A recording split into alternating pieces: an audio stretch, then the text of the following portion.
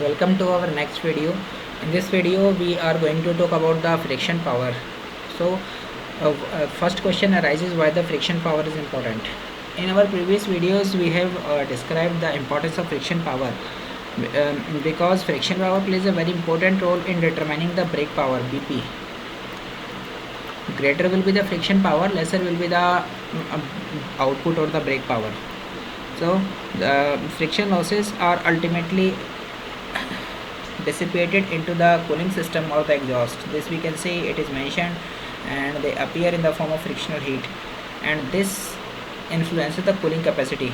So friction power FP has a role not only to determine the BP, but also it also determines the cooling capacity or the cooling system of the engine. Again we are going to say that the lower the friction power, greater will be the brake power. This also we can see. And also we have seen the effect of friction power on the brake specific fuel consumption in our previous curves. So it means that it is very important to determine the friction power. How to determine the friction power experimentally?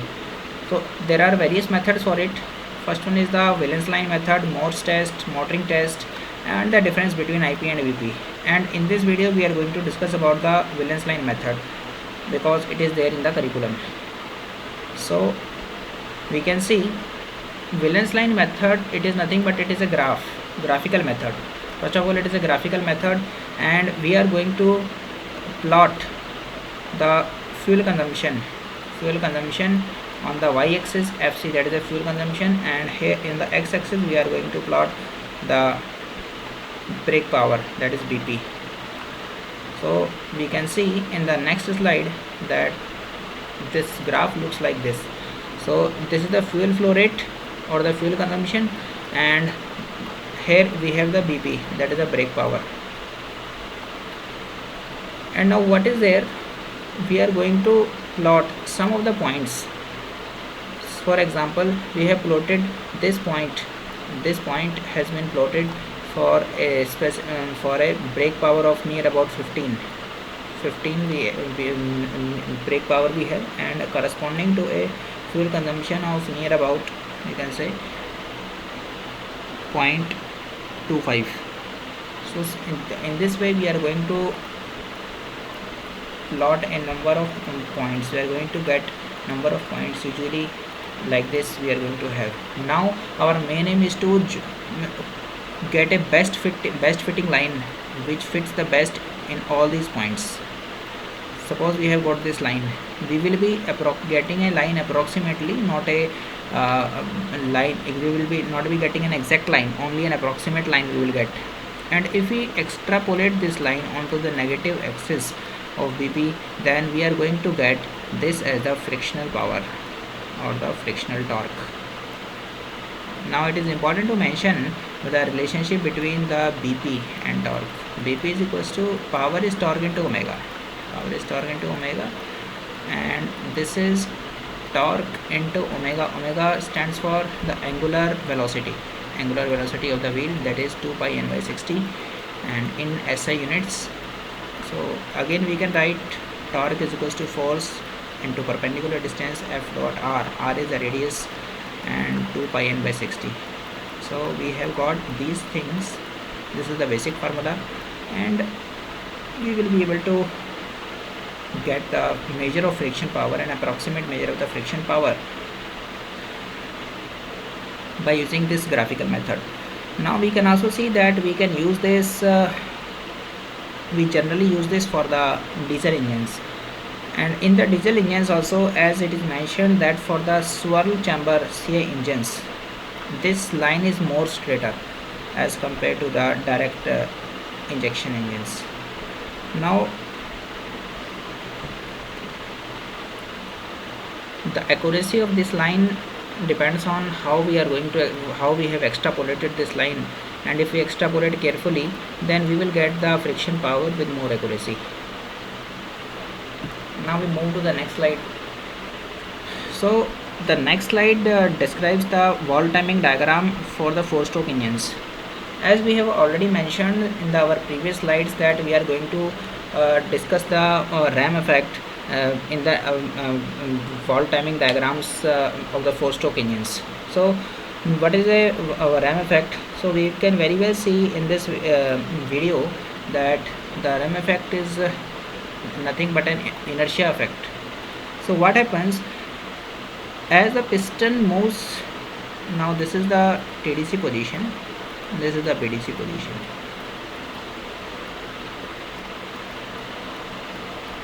In the suction stroke, what happens? The piston moves from the TDC to BDC and the fresh charge is taken inside by the intake valve, and the piston reaches BDC. And in the compression stroke, we can see, now we can take the help of this pen, and in the compression stroke, now it will be helpful for us because we are going to revise the concepts. Now what happens in the compression stroke? Piston moves from BDC to TDC. That is the thing.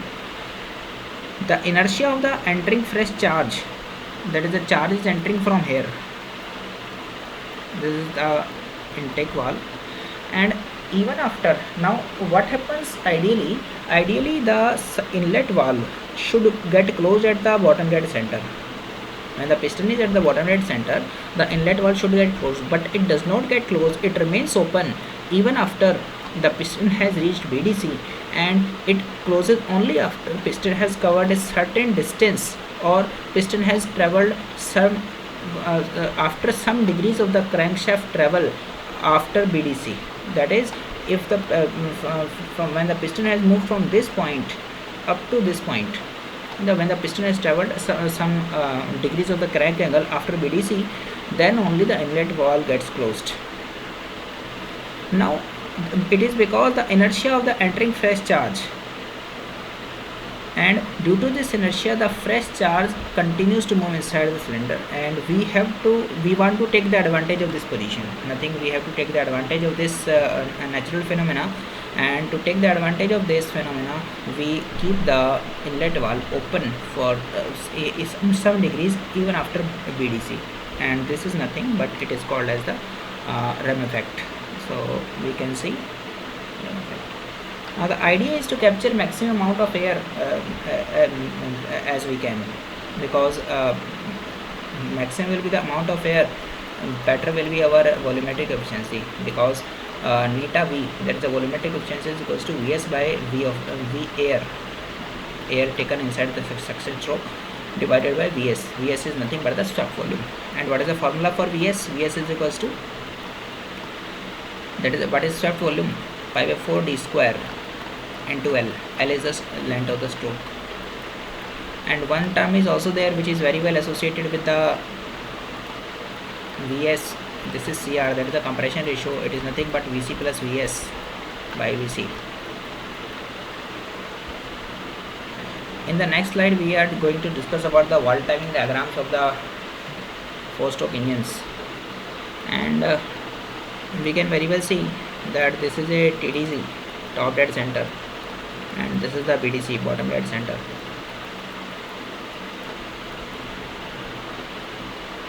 Now this is the suction stroke.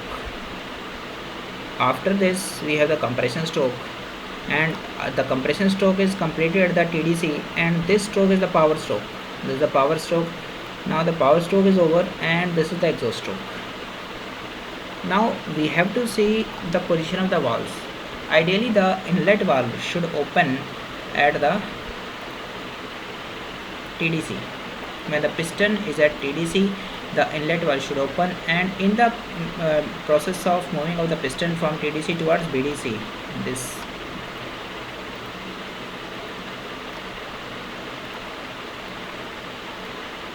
the inlet valve remains open and should get closed ideally at this point, but due to ram effect we have to take the advantage of the ram effect. It gets closed after some degrees after the BDC, that is at this point inlet valve is closed. After the inlet valve is closed, now what happens, but the compression stroke has started.